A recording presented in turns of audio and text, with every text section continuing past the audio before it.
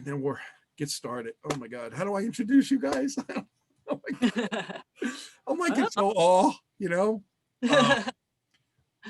I want to introduce my friends that I've known for years. I mean, we've really never really met, but I feel like we have. They're an amazing duo, and the band is an amazing band. The music is phenomenal. If you like Yellow, Beatles, and Wings, it's the Pondhawks. Hi. How you doing? Our picture kind of froze. We froze again. We're Okay. frozen. But we're used to freezing. We live in Chicago every winter, man. We freeze. Yeah. It's okay, guys. We're also live on the radio too, so give a shout out to my radio listeners too. The Pondhawks, please. Hello to all of Gene's radio listeners. Yes, Hamilton Radio. Yeah. Thank you, guys. Mm-hmm. I can see you. I can hear you. First question I got to ask you: why Pondhawks? The Pondhawks. A pondhawk is a name of a species of dragonfly. I had a different name to a band when I invited Jory to join the band, and then Jory and I went to form our own band. I have, as I'm pointing to it on the other side of the room, I have a Tiffany lamp with dragonflies on it, and I'm talking to, and there's a telephone over there, and I was talking to one of the promoters from a gig, and he went to the new band.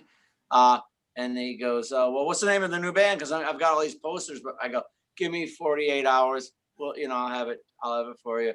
And as I'm looking at the Tiffany lamp with the dragonflies above me up here, that you can't see, I've got this little tiny guitar collection. These little guitars I bought at the flea market, and one of them happens to be a Hofner bass, which I use quite a bit. Right. Being fans, playing bass on our songs and stuff.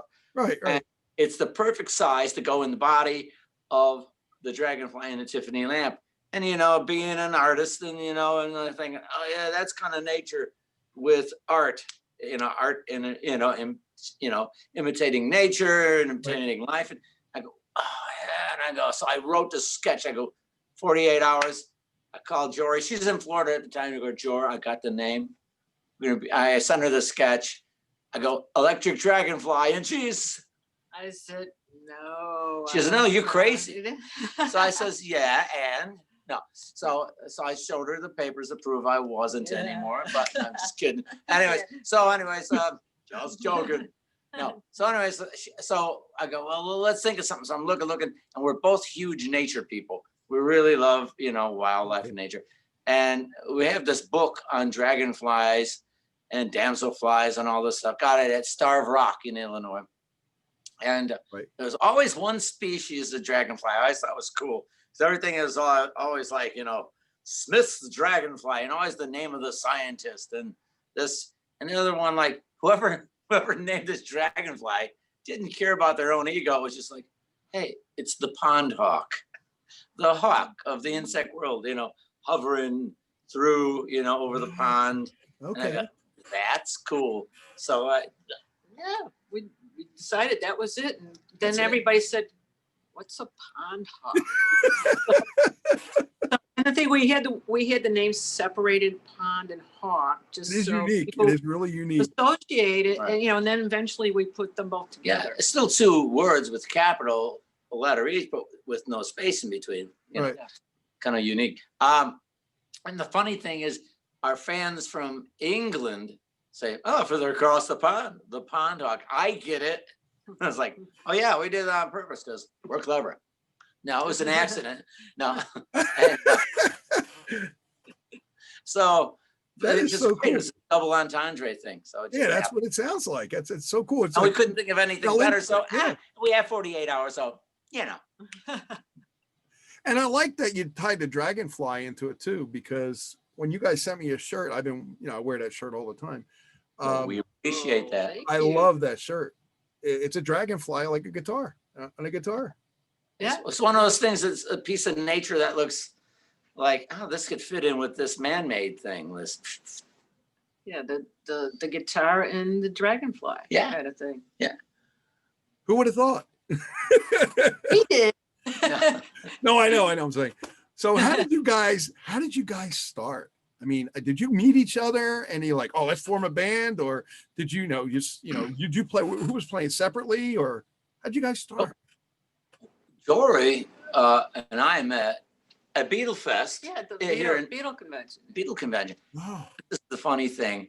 So I'm looking around. They got like flea markets and this, and people that have worked with Beatles or this or that, and they had all this artwork, all this beautiful photography work from Paul McCartney, who had just recently had done his Flowers in the Dirt tour. oh, okay. And that was great tour. And he decided he likes Chicago so much. He goes, I'm gonna come back to Chicago. One last night in Chicago, end the tour, and the very last picture from the very last set was the end. From the Abbey Road medley, and there's Paul and Hamish Stewart and Robbie McIntosh, and they're all back to back, and they're doing the jam. And I was like, oh, it's great. And it was that Soldier Field in Chicago. Nice. Beautiful. It was a full moon that night. It was raining all day. Rain stopped for it. Perfect for it, right? It was kind of humid, and but Right. it cleared. Thank goodness. And Jory happened to be, and I don't know this, didn't notice that. I didn't know who she was. So anyways, I see this picture and I go, I gotta have that picture. It's the three of them back to back to back. Oh, brings back memories. And how much? She goes, oh, it's $70. I go, $70. But it's worth it. It's very cool. It's definitely captured. It's not like today. Everybody's a photographer today. Like, okay, which one do you like? I like number 876. Okay, that's good. Yeah. When Jory was doing it, you had to be. It was film. Yeah. And You just said everything. Yeah, it was all manual. and stuff. if you missed it, what happens? You had to wait. You had a blank picture. That's Right. But if you missed that particular, like she has a picture, Paul asked if he could use one of her pictures on his album. Right. And he did. It's Tripping Life, fantastic. Yeah. But all his backtrack, I don't know all this stuff. So I'm like, oh, $70. Okay. She goes, you seem like a nice guy. Give me 35. I go, sold. Now I was ready to give her the 70 anyway. Oh yeah. But just to get him out of there. Yeah, Would you just buy it and go get away? out of here. Buy it, I'll give it to you. Just away. sign this that you won't come back. Yeah, No. So she's gonna sign this stuff. So okay, so now she takes his pencil out. This is beautiful, and it's it's matted photograph. It's right over there. That's right. I'm pointing to it now. You can't see it. But so she starts writing her name. I think she's writing like the price. Sold. One Paul McCartney picture, $35. I go, wait. I go, no, don't write on there, please, I ma'am. want to write on Paul's face. Wait, I gotta write I think she's writing the price. She's, oh no, I took this picture. I go, wow. So I'm really impressed. So we start talking. And I have a friend, Randy Reeson, who also worked with Paul, did video work for Paul. Oh, cool. For the Space Within Us. Yeah, the DVD. I think that was like 2005. Yeah, something like that. Yeah. And I says, oh, now I know you. That does stills for Paul. I have a buddy who does video for Paul. It's really a small world, and I says, Randy was going to come and show us some of the outtakes. He's got like 4 or 5 hours of film that just they're not going to use it, but it's cool. Yeah, it was like backstage. Yeah, for a lot of and stuff. follow and around it was somebody. It was his daughter's birthday. Right. Bee's birthday. Yeah, his birthday. I think she was 2 or It was something. really cool stuff. Yeah. And so anyway, I told Jerry, says he's going to come show this stuff at this rehearsal hall that we would rent. It was like the monkey's pad. It was Cool. we called it the Coyote Den. Oh wait, you Yeah. did have monkey TV, didn't Yeah, you? TV set. Didn't you have one that? Oh, it was Mickey Mouse. Oh, Mickey Mouse one. Mickey Mouse Okay, TV. yeah. But it was like the monkeys that on And the monkey. Right, monkeys right. on the Monkeys hay are- with the monkeys. Anyways, which we'll get into that later on. So I invite Jory, invite Randy. I'm going to be the fly on the wall, and this is how it all happened, Gene. I swear. Yeah. And this is so weird how this happened.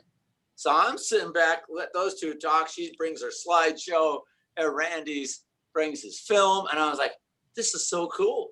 And here comes my band coming. Hey, what's going on? He goes, what are you doing? We're going to rehearse or what? We got to book. We got a gig in 5 days. It was a big gig, Oktoberfest. So, okay. I asked Jory and Randy, I said, do you mind if we just go over a few numbers here and there? We go, oh, no, go ahead. We'll enjoy, you know. Mhm. So I see Jory sitting on the foldback speakers, the monitor. And you know how, you know, all these musicians, we got junk laying around all over the place, you know, and tambourines. And, you know, she just picks one up. It's like, and I go, wow, she's got good sense of timing. And didn't even know she played keyboards at the time. Even that was the bonus later on. Wow. So I go, when she's singing, in those days, we didn't do as many, quite a few years back, we didn't do as many originals in a live show as we do now. Right. And so I see her, she knows a lot of these classic rock tunes we were doing, and she's singing along. I go, hey, she's a good sport. Let's be a good sport. Come on up. I want to share my mic. She starts singing, and bam. I mean, So cool. the Kismet. harmony was like No. spot on. Not only that, and here's a clincher, Gene. She sounds like she could be my sister. You know how siblings sound alike? Yep. We got the It same. was meant to be. It was meant to be. Yeah, and that was it. And I go, I've been looking for this my whole life. I go, this is like, you know, Phil and Don Everly is this Everly brother and sister or something, you know. Phil and Donna, you know. Yeah, the harmonies are I incredible, know. you guys. Yeah. So, That's I go, wow.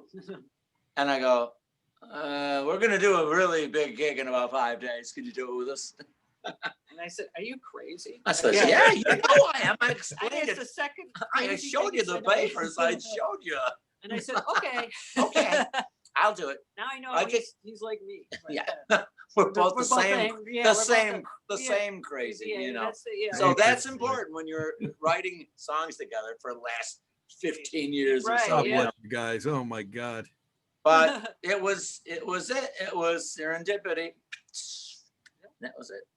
But I've blabbed me jaws too much as it is already. No, that's good. Go That's ahead. good. You're an easy interview. You guys are an easy interview. Oh, yeah, well, you know, Scooch on in. well, let's see. We're scooching. Yeah, because our picture's frozen here, so. Just Yeah, keep we have no talking. idea We We can what hear have no you. idea what we look like where we are. We can hear you. Just keep talking. Don't worry about Okay. the picture. It's going to do whatever it's going to do. Okay. Technology is going to do whatever it's going to do. But the music has been amazing. Every time I hear a new song from you, I'm like, oh my God, that's even better than the last. How do you continuously top yourself with the music that you keep producing and coming out with? It's like, oh my God, this is another big hit, another huge hit. I mean, I didn't think that you could do any better than Dreaming Over Ireland, but every song after that was amazing. You're very kind. I Thank know you. your songwriting skills and everything together. Yeah, it's just amazing. Well, you know, I think it gets easier the more we write, you know. So in the beginning, we worked on a lot of stuff. Plus, we had to sort of learn how to use the recorders we had. And that was a learning experience. Here's something we never told. Here's something I don't think we ever told any other Please interviewer. do. As long as you've, and then you'll elaborate on this. You'll know what I'm talking about. So I'm really depressed. The other band imploded.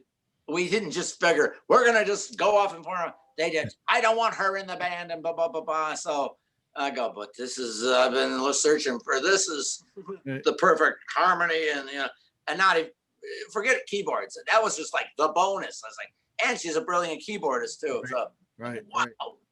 And so, anyways, I'm like, well, forget it. I know what, this is where it's at. So we'll just form our other band. So anyway, so now I'm a bit depressed. You get depressed. A band breaks up. You've been with, and even though the last lineup the band was only one of them, 3 or 4 of them was only for about 2 or 3 years, and one of them for about 5 or 6. And there was in the 20 years of that other band, there was like had to be 40 different musicians in and out of it, But still, finally the end of a band, and it's depressing. I'm sitting on my front porch. I'm like, and I got my machine, my recording console, in my mom's basement, and it's one of the hottest days of the summer. This is about 14 years back, and it's a little bit more, almost 15. And I'm just like, It was like July. Yeah. It was July. And she calls me up, and she goes, "Go get that thing. Go get the machine in your mouth. We're gonna record, and you're gonna start recording again." Because I had put out some recordings. I was like, "Oh yeah," she forced me to. I needed that kick, you know. Yeah, I said, Had a girl. Had a girl. No, she did. She got me out of my funk. I was just like, I just don't want to. I don't ever want to, music. I'm done. When we did the Landed album, that was the Landed album. I just thought we'll do live shows, and then she goes, "Come on, you write some more stuff, and we'll do it." And she got me out of it, and then it was like, yeah, we okay. had 14 songs. So I go, okay. So I got this machine and get it all set up over here, and I'm looking at it, and I go, thinking very, very, like a songwriter should. And I said that one thing that an artist would say is like, "How do you turn this thing on?" I forgot. It's been so long. Yeah, it's like, Let me blow the dust off. yeah. What is this? So it was this big long learning curve. Tell them about it. It's not easy. I mean, because we asked a few people. We even asked, Mark Hudson uses one. Oh, Mark Hudson. Yeah, He produced quite a few albums for Ringo. Great guy. Yeah, Mark's a good guy. He Yeah. helped. Mark was using. We were using the Tascam 2488, and Mark Hudson was using the same because I use the same one, and he helped us, figure out a few just things. had to, sort of learn it, and as you go through it, you start learning how to do workarounds because Right. the recorder's good, but there are a lot of things that you can do that aren't in the manual with it. Right. And we kind of learned how to do that. Got to learn to fool the machine. Yeah. Fool the machine. That was it. It was easier in the analog days because I used to have like a tape. I'm like, you gotta flip the tape. It's backwards. Yeah. I go, oh, and I was like playing guitar to it, and then I flip it back the right way, and it's just like singing the right thing, except the guitar's like, so it's kind of cool. Yeah. I was going to say, Mario, you brought back a lot of memories because, when I was listening to old Jeff Lynne tapes and stuff like that, and he was saying that how he used the analog machine to actually reverse some of the songs so he can get more songs from them songs. So that's a great inspiration. I've done that. Right. I've taken a song that I wrote and I flipped it and I go, I'm just going to erase all the vocals. I'm just going to use some of the structure and write a whole new thing with a whole different chord sequence and everything. Yeah, exactly. And now that I got the cavalry here with me, I say, no problem. Oh my God, you guys are so funny. I just told Deborah Milstein that we're on. She's like, "Oh, I got to come see you guys." And hi, Deborah. She thinks the world of you both. I mean, and of course, Jimmy Blue and all the people. And we love you, Dennis Holzebrook. We love you guys. Yeah. Dennis Holzebrook is the songsmith. Oh, Dennis, he's the first one that brought you to me. Deborah did, but through Dennis, because we would have never found out about you if Dennis didn't tell us.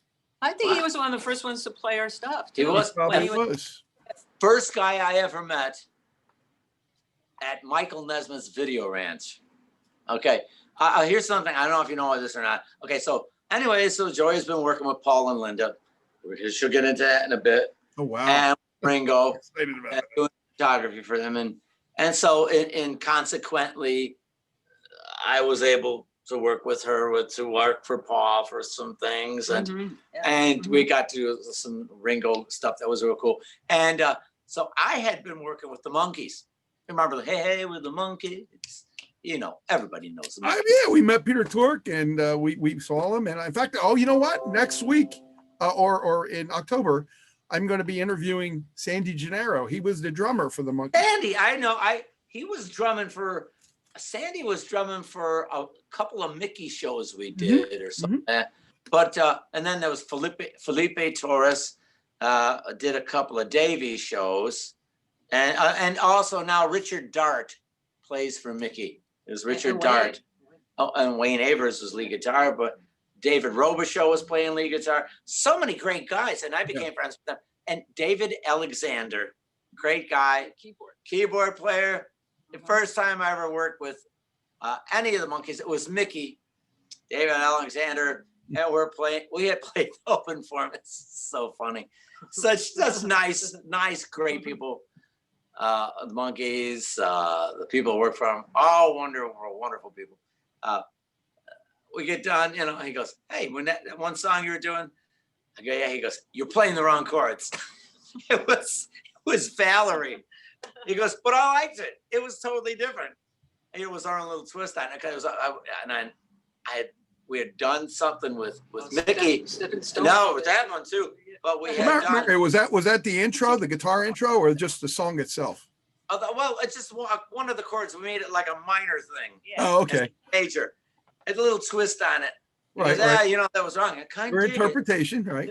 I kind of dig it. So I remember I going first time I ever played with open for any of the Monkees, and and I go, hey, you mind if we do Valerie? I like this kind of song, and it was, we had done it, and the promoter goes, it had nothing to do with Mickey, because Mickey's guy was just great. Stage manager, his production guy, George, and the guy, the promoter's like, what are you crazy of this festival thing? He goes, yeah, it's like working with the Beatles and asking if you could do Hard Day's Night. I go, no. I did my homework. on this. Play a Beatles song. And I go, when you open for them. It's like the Ruddles. It's like the Ruddles interpretation of the Beatles, right? No, but the thing is this, Gene. Mickey at the time, this is many years ago, right? Mickey would never do Valerie. That was like a thing he'd never do. Since he didn't do it, and we do it different, so we did it. So, and the guy goes, don't even ask. And Mickey's stage manager, George, he goes, oh, wait, I'll call Mickey. And it gets him on the remote cell. Let me get him on the cell. Here comes, the cell. Hello. The giant cell phone. Yeah. Ableberg Charlie, can you read me? The old cells. Yeah. And Mickey's like, oh yeah. He goes, Mickey says, do it. He goes, and if you don't do it, he'll be disappointed. So this is great. So anyway, we do it. And anyways, he goes, yeah, the chords were wrong, but I kind of dig it. And we do that now with if we do any covers and stuff like that. We'll do.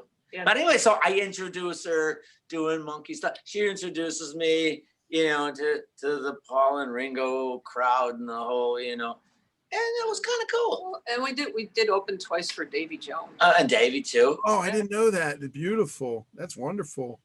Yeah. Yeah. So, yeah. Oh, he yeah. was real nice. Such a great guy. We opened him. He would twice at the Akata actually, theater in St. Charles, and he would have the dressing room across the hall from us. It would be like camp, because I had known him for a while through these other people, doing right. Shows. And now we're doing shows together. It was like he'd come in our dressing room and he would tell jokes. He would just nonstop. Yeah, really good. Yeah. And he told me, he goes, if you're ever bombing on stage, he would do jokes and purposely bomb. This is how people say, oh, the Monkees, a bunch of boy actors, Spot on. Mickey, Davey. Nesmith's a genius too. He's like Michael Nesmith.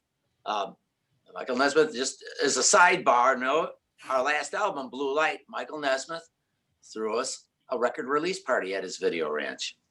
Yeah. And the reason that we got to know about Video Ranch and Michael Nesmith is through David Alexander invited us to go. He says, you got to go in there. You got to get on. So we finally got on. We got to know wonderful people, all the people. Yeah, it's like a website type of thing. Yeah, and now it's branched onto other stuff now. But in the day, that was pretty cool. But I digress. That's okay. I want to hear about Jory with Paul and Linda. That's and Ringo. I mean, that's amazing. You guys, both of you. But I mean, that's amazing. Well, I did that book. On it?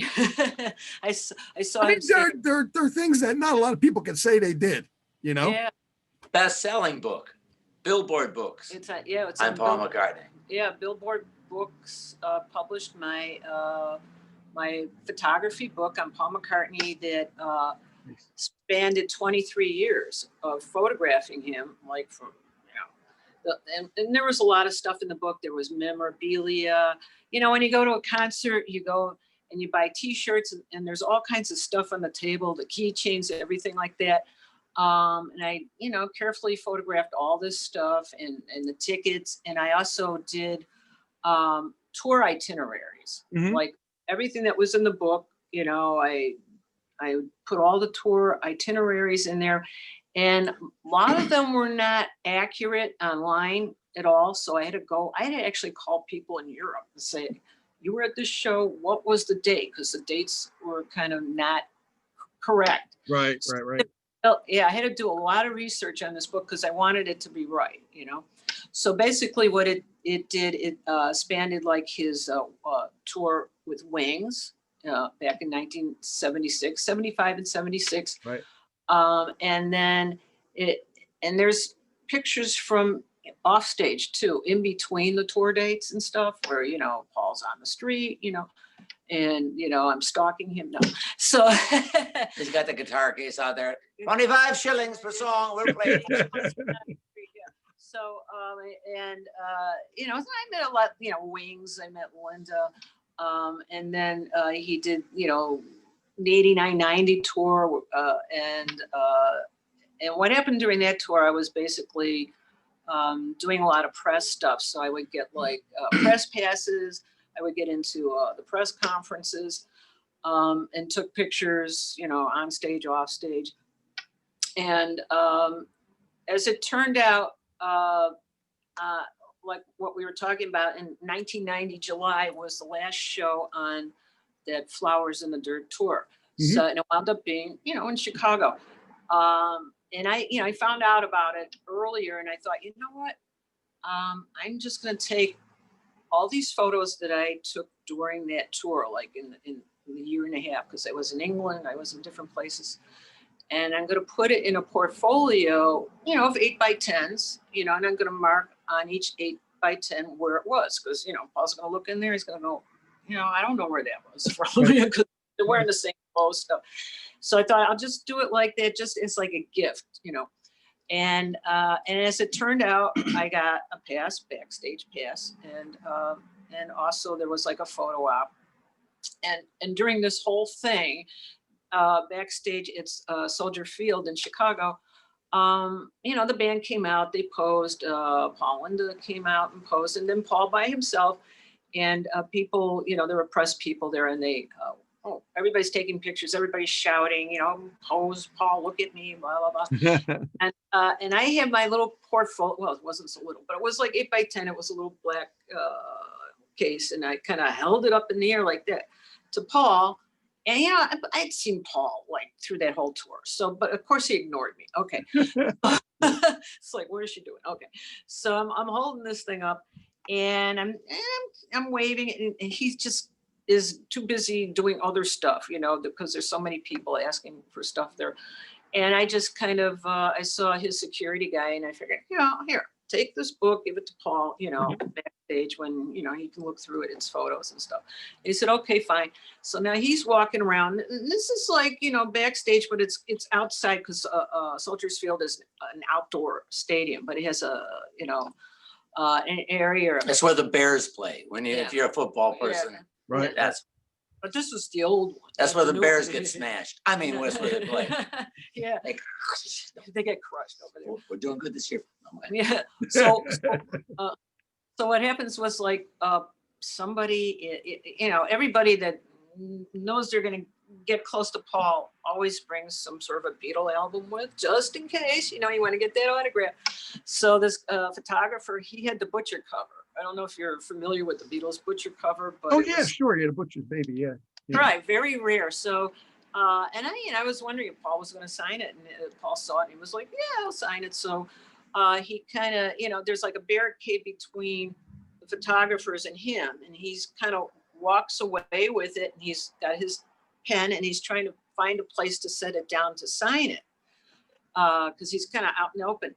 So he walks over to the security guard who's holding my portfolio, and he holds it out, and Paul puts the butcher cover on there, and he starts signing, okay, on it, because now my portfolio has become a table. So, and I thought, well, this is good now. He's right there, he's saying it, so maybe the security guard will say, hey, Paul, this is for you. Why don't you, take. So Paul signs it. The security guard doesn't say anything. Paul walks away with, the butcher cover, gives it to the photographer, and then he's, walking away. He's, talking to people, and I'm like, oh, okay. Well, so at least I tried, right? So then what happened is the photo op was over, and it was time for Paul to go into the press tent where he was going to do a press conference, Right. where, TV crews, everybody was loaded in that tent. Okay. So what happened was he started to walk that way, and as he's walking, and it's very quiet now because people are putting their stuff away, I yell out, Paul, real loud, like, Paul, and he just doesn't look at me. He just stops walking, doesn't look at me, turns around, starts walking back to, where he was, goes right over to the security guard and takes the book out of his hand. Okay. So he obviously knew that whole time that I handed that book to the security guy. Okay. So now I'm like happy because I'm putting my stuff together, and he yells out, he says, do you want this signed? And I'm, for a moment, I wasn't like paying attention to him at that point. And I'm like, wait, did Paul just ask me a question? I was like, so I look, and he's looking at me, he's waiting for the response, and I said, no, I said, it's a Prezi for you, like that. He says, oh, great, like that. So he closed the book up. And what was interesting about the book was there are like 40 pictures in there. And on the first page was a picture, photograph that I took of him and Linda at a press conference, Right. off stage. But this next page had a concert shot of him where, in my mind, I created this picture of Paul because I had gone to London and I saw a billboard with 2 pictures that he was using to promote his tour. And I saw the 2 of them, and in my mind, it was almost like it was meant to be or something. And I thought, you know what, I can do better. I can combine these 2 pictures somehow. And it took a lot of time because, it's a concert photo, and how is Paul going to wind up in that position in that photo? I mean, It's like, million to one. So, and I kept thinking about it, and I went to shows. And when I went to his show in Indianapolis, it happened just like that, So, and of course it was filmed. It was like, oh, I'm thinking, oh, I hope this comes out, because you never know what the film, it isn't digital. Right. So, and then when I got it developed, there was the picture I had imagined. And I thought, I said, Paul sees this picture, it's going to blow him away. Okay. So I put that as the second page in the portfolio.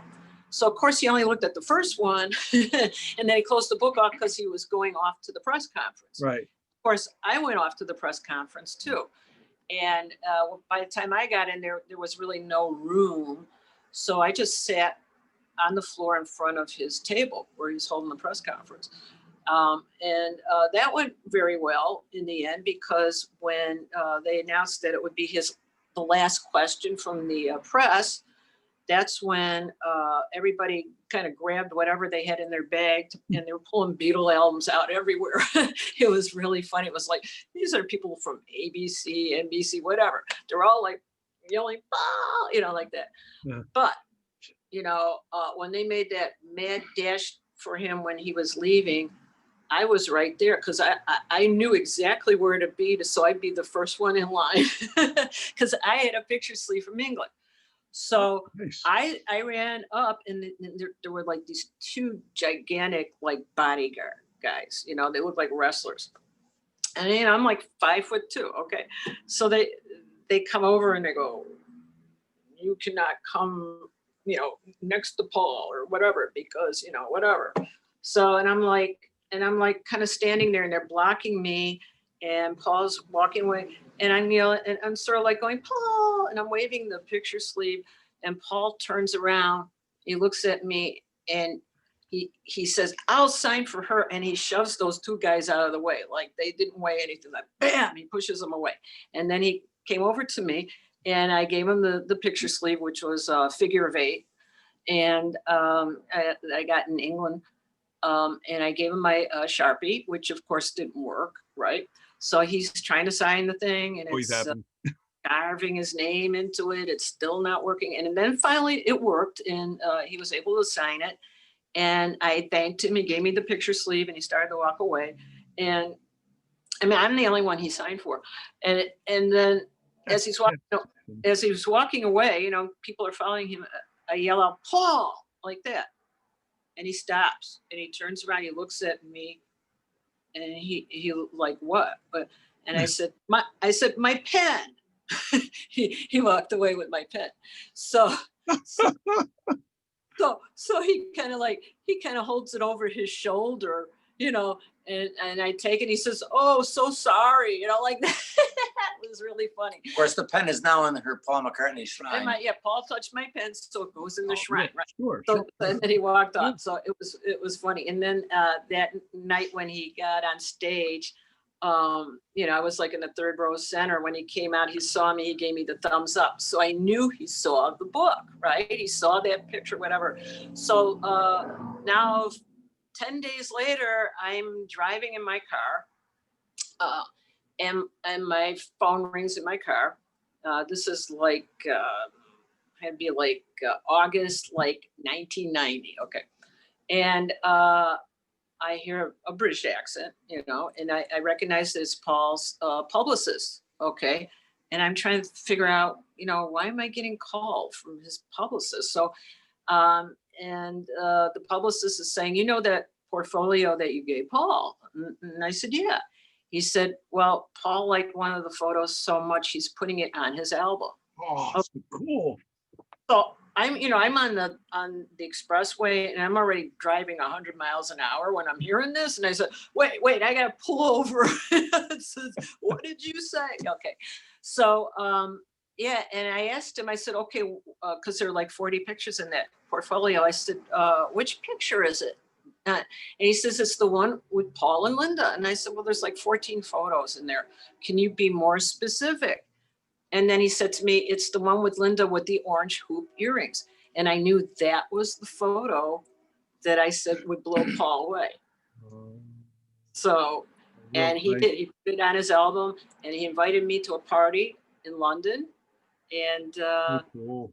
and that was great because, you know, his band was there and he rented out a restaurant and it was all vegetarian cuisine, you know, Linda, you know, her recipes, Linda was there.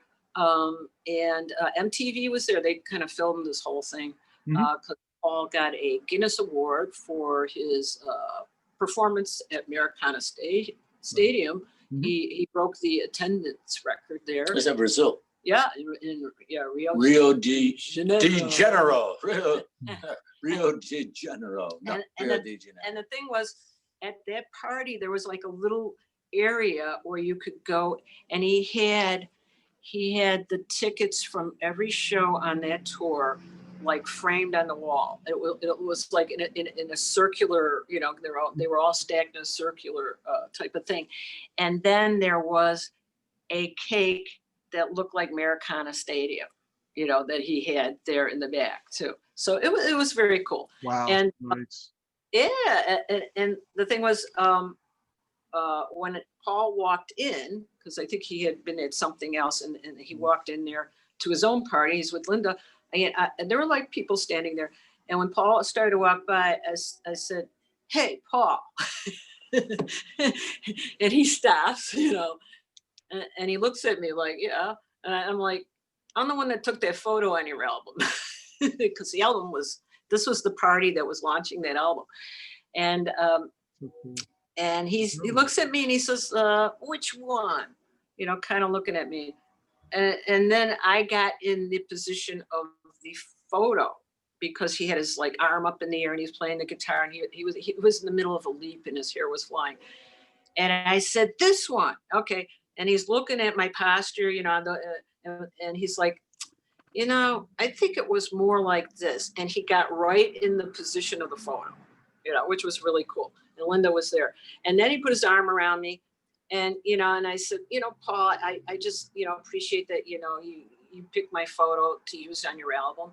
And I just want to thank you. And he said, no. He said, I should be thanking you because I saw thousands of photos and yours was one of the best. Oh, that's so sweet.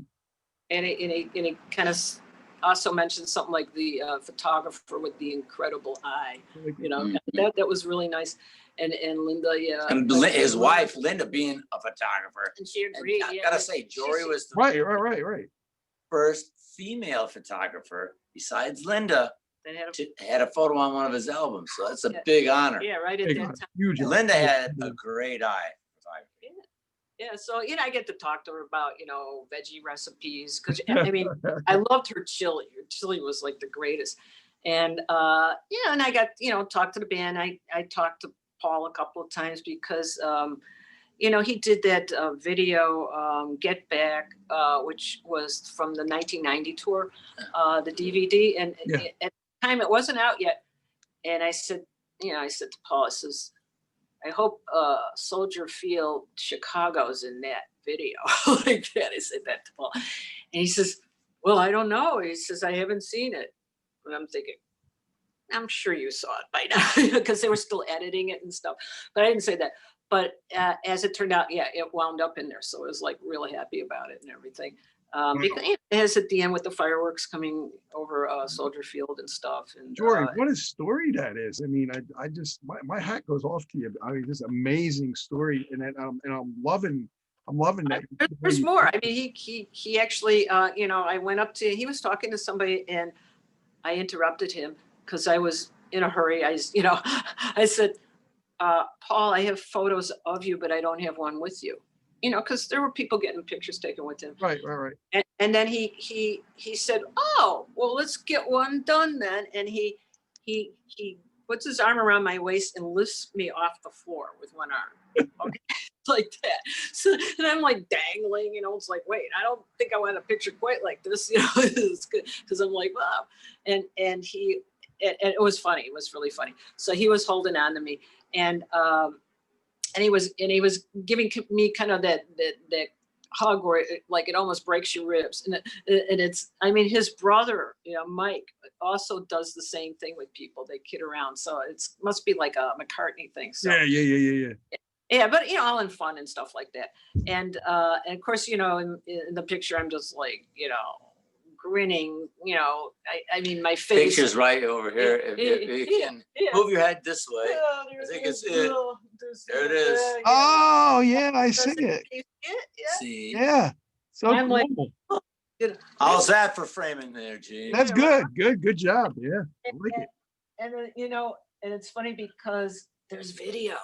Oh yeah. Actual video. MTV. MTV Oh, shot. nice. Yeah, and I was like, wow, it's like it really did happen. So, I mean, Paul, I mean, the party, like everybody was having a great time, and he got the Guinness Award. Plus, there was like MTV had a contest prior to that to win dinner with Paul McCartney in London. I don't know if people remember that. And they did have 5 winners there from different countries. One from the U.S. I think it was like Japan and the South America and stuff like that.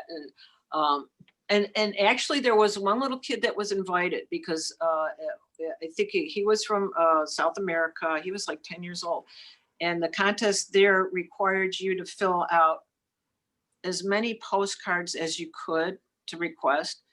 And he wrote out like, I don't know, 3,000 or 4,000 of them, this little kid. And there was so many, they had to drive it to wherever it was, MTV, with all the postcards and everything that he signed. And when they did that, MTV said, oh, the contest ended yesterday.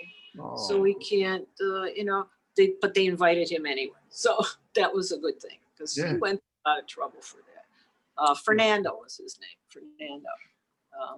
But yeah, it was exciting, being in a rock star party. And Paul Yeah, was, I guess it was. Yeah. yeah, Paul's like walking around and he's going from table to table, and these are his employees, and they're like, oh, it's our boss, okay, and they just ignore him. You know what I mean? It's like it's Paul. We see him all the time. And I was like, wow, there's something wrong with this, And I'm sort of like following him around everywhere, So and then had conversations with him and stuff like that. So, but it was very laid back. And then the next day he did a video taping at the Limehouse Studios. Uh-huh. I got invited to that, so I got to see him how he tapes like a program for broadcast like TV and stuff, where he had actually redid 3 songs to seem like the live version, okay, because they would be lip singing this for these TV shows, so Right. it looked like, But and then they invited like 500 fans from Paul's fan club to be in the audience, which was really nice too. So we all had a good time. Paul made a lot of jokes, and it was like being in his living room. So, but it really was a great. I mean, he's fun. I mean, we got a chance. Me and Mario got to shoot video for him in Boston. Nice. Yeah. So, which was fun. He was. It's always vegetarian fare. Yeah, with it was Paul. pretty good. It was pretty good stuff. Yeah. Good stuff. And Good. Always pretty good stuff. You never know. yeah. So Although we were in Boston, we were like, and it was the first actual, time I was home on a Monday. She goes, I'm gonna go shoot some video for Paul, and they said I can invite you, and I was like, okay, so okay, and I almost wasn't gonna do it. yeah, I didn't want to be the fifth wheel, like, but I went did it. It was a lot of fun. it was fun. It was fun. What was that Fenway Park? The Fenway Park they at the time was like they had flip cams. I don't know if you remember them. Those were like those little Right. like The size of a phone. size of a smartphone now. right, and it would shoot video.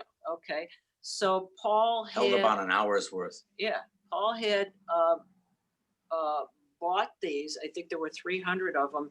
And he had like his album cover stamped on it and the It was a design. fireman. Yeah, and they fireman. were His all artwork, numbered, yeah. and it was only given to his crew. And each one of them, like a VIN number in the car in metal, Mhm. sunken in embossed in metal, your VIN number. We each had a separate VIN number. Right, and the thing was It when was we really weird. when we shot the video, then after the show we had to hand the cameras in because then they had to take the stuff off of them.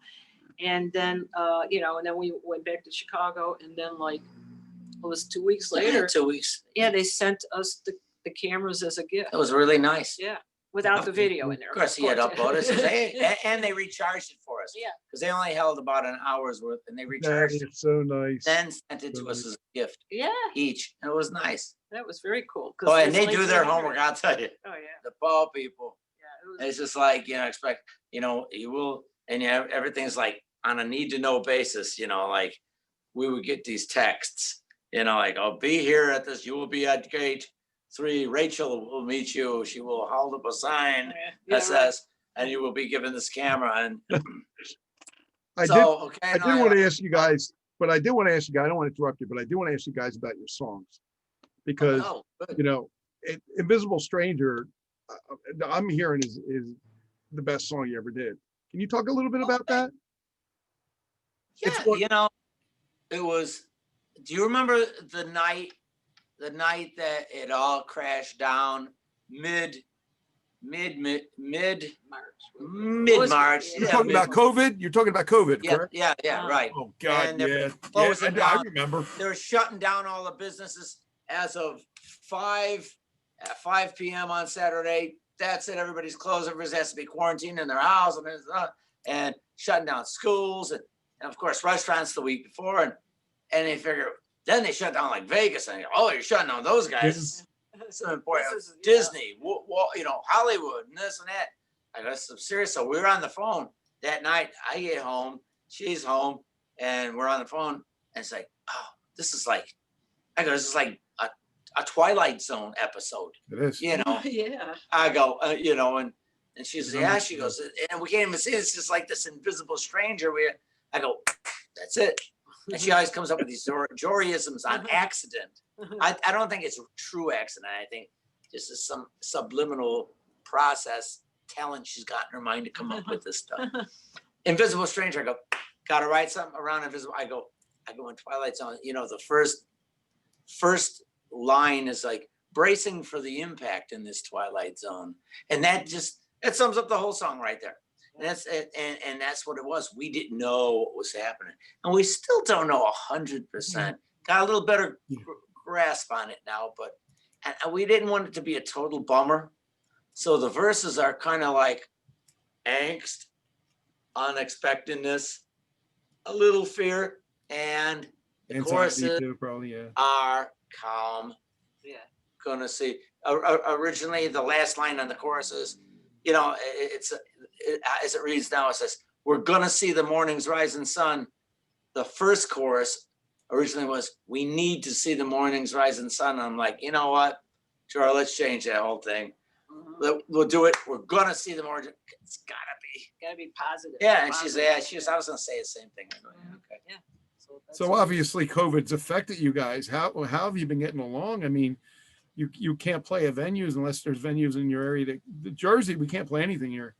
All right. Well, even recording, you know, we did stuff separately. You know, in Right. the beginning, you had, you know, I couldn't have the band in, so I was playing drums. I'm playing this, I'm playing that, and I couldn't have even the drummer, and so I just had to do all these instruments myself. And then I get these, you know, 24 tracks to her house. I brought one of the machines over, and then she puts her Moog synthesizer on there, Yeah. and I says, "Well, here's the template for your vocals, and you do what you think you should do, and so you could sing along with me, you know."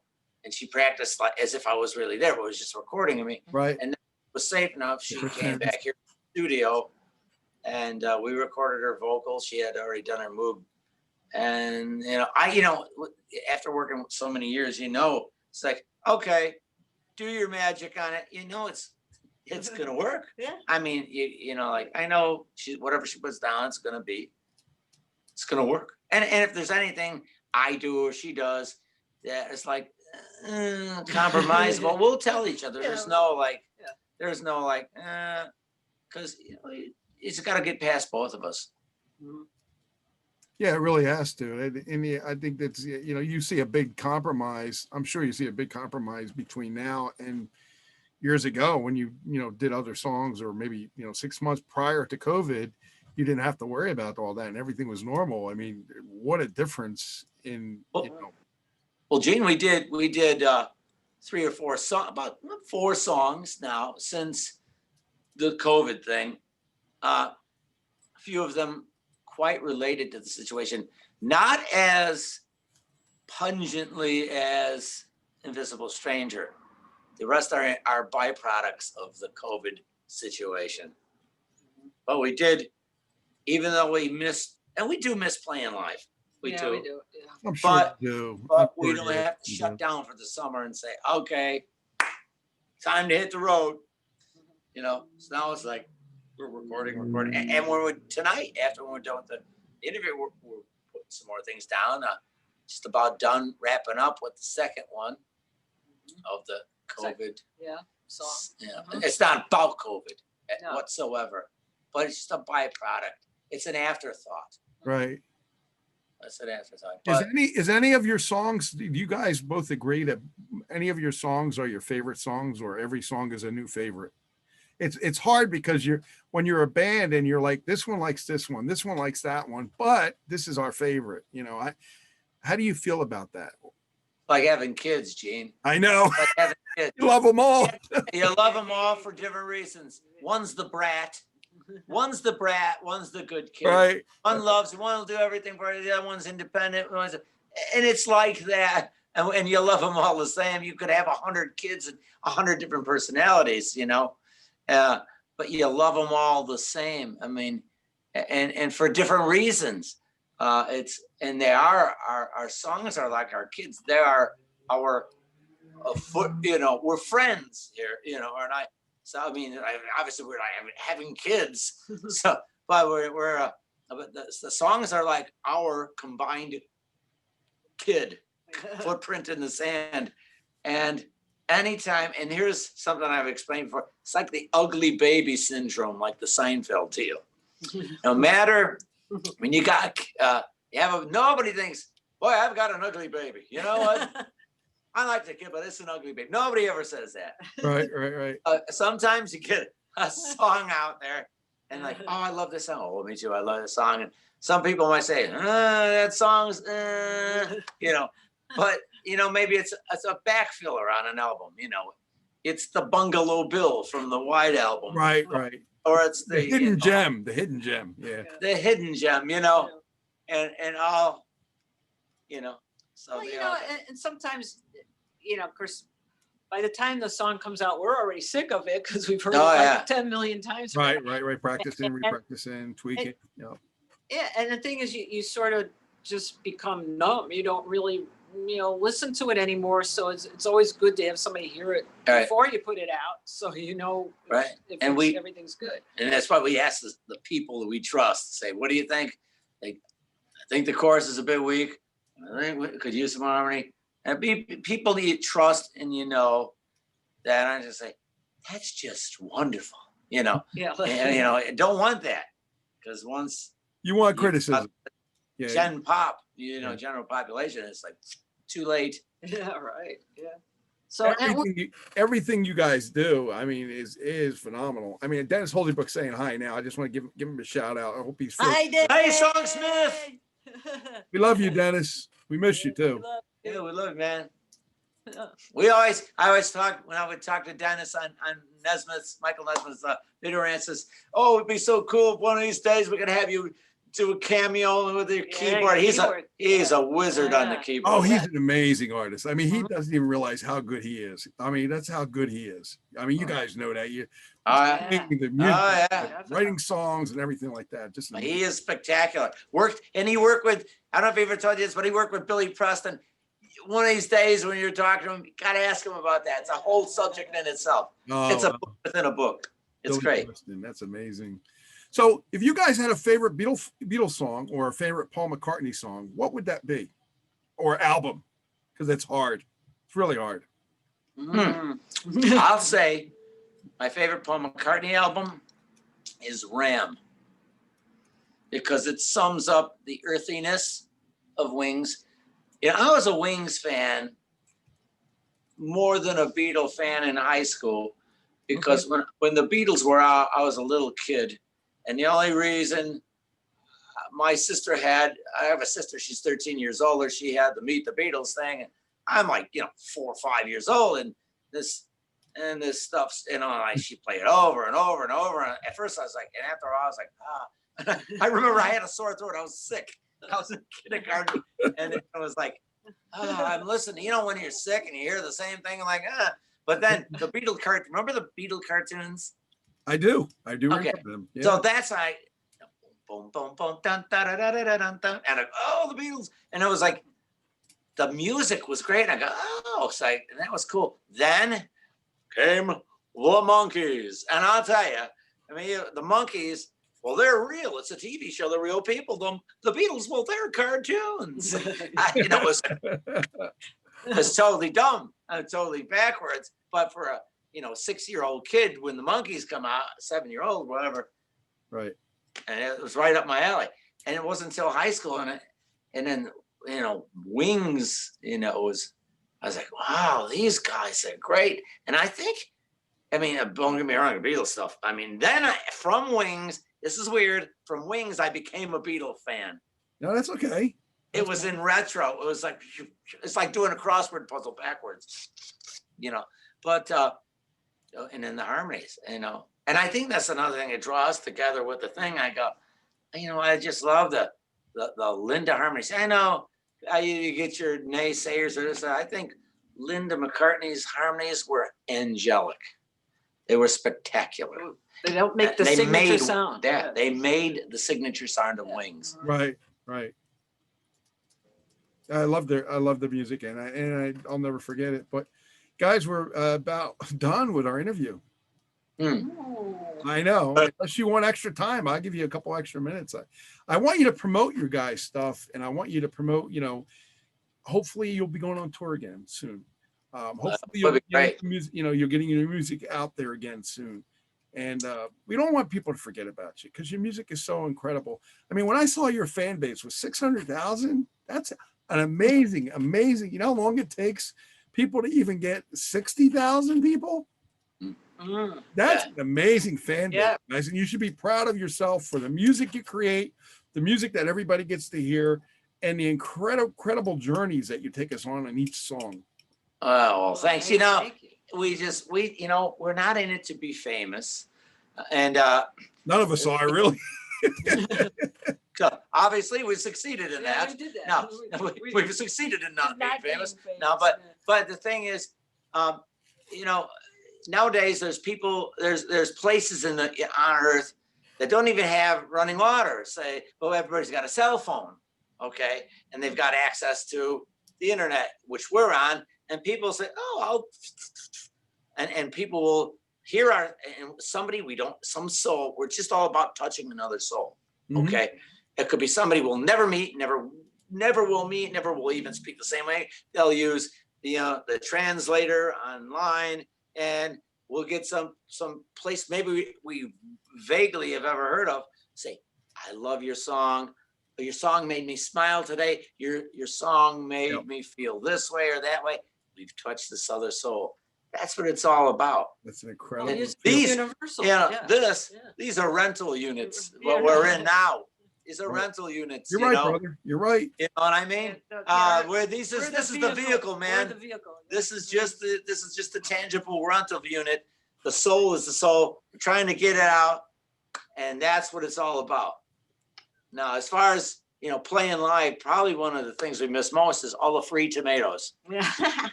They throw at us. That way they would throw at Who us. would throw tomatoes at you? Come on. No, just kidding. But no, I'm not kidding about the touching the different souls. No, and that's what life's all about. That's the big picture. I love it. And Deborah says, before we go, she said, you both are famous to her, and me too. Oh, thank you. And you And guys Dennis and everybody that's on Crystal Cavern. And I don't know if you know, but my wife also plays you on her Sandy Beach Soft Sounds on Friday nights. I did. On Help on the Radio too. We're gonna have to listen. Yeah. Thanks. Wow. Thank you so much. Yes. You're welcome, guys. Anything else you want to give out other than your website, pondhawks.com? Yeah, it's pondhawks.com. We're on Instagram, so it's Instagram, the Pondhawks. Everything, if you just look up Pondhawks on Google, it'll have all our pages. So it's, pond and hawk, either together or not, it'll still show up, if you say band after that. Otherwise, you're going to get a flying thing, Right. And you still got your merchandise too. You got your t-shirts. And what else? The mugs or anything? Well, we have like jewelry. I have like pond hawk pick. Oh, that's nice. Yeah. Mm-hmm. Everybody Maybe I'll wants. get that for my wife for Christmas. Yeah. They're fun. Yeah. Really cool, guys. And Mary, anybody ever tell you look like a young Paul McCartney? I'm sure you heard that like a million times. A couple times maybe, but thank you. No, and your music is, like I said, your personalities are just impeccable. You're both down to earth people, and I love your spirit, the way you go and change people's lives just with your music. You're doing something right, and we love you both. We love you We love too. you too. Thank you, brother. Thank If you. you guys ever need me for anything, you know how to reach me. You got my information, and just let me know, and I'll be glad to do either another one of these with you. If you have something coming out, it has to get it out, then let me know, and I'll make time for you. Well, thank you very much. Thank you. You're welcome. Love you, man. Thank you. Take care, guys. Thank you. You too. Thank you for your time. I know, time's rough thank right you. now, but we're here for you. Yeah. We appreciate you taking your time out for us. Thank you. Thank you. Thanks. Okay. Bye-bye, guys.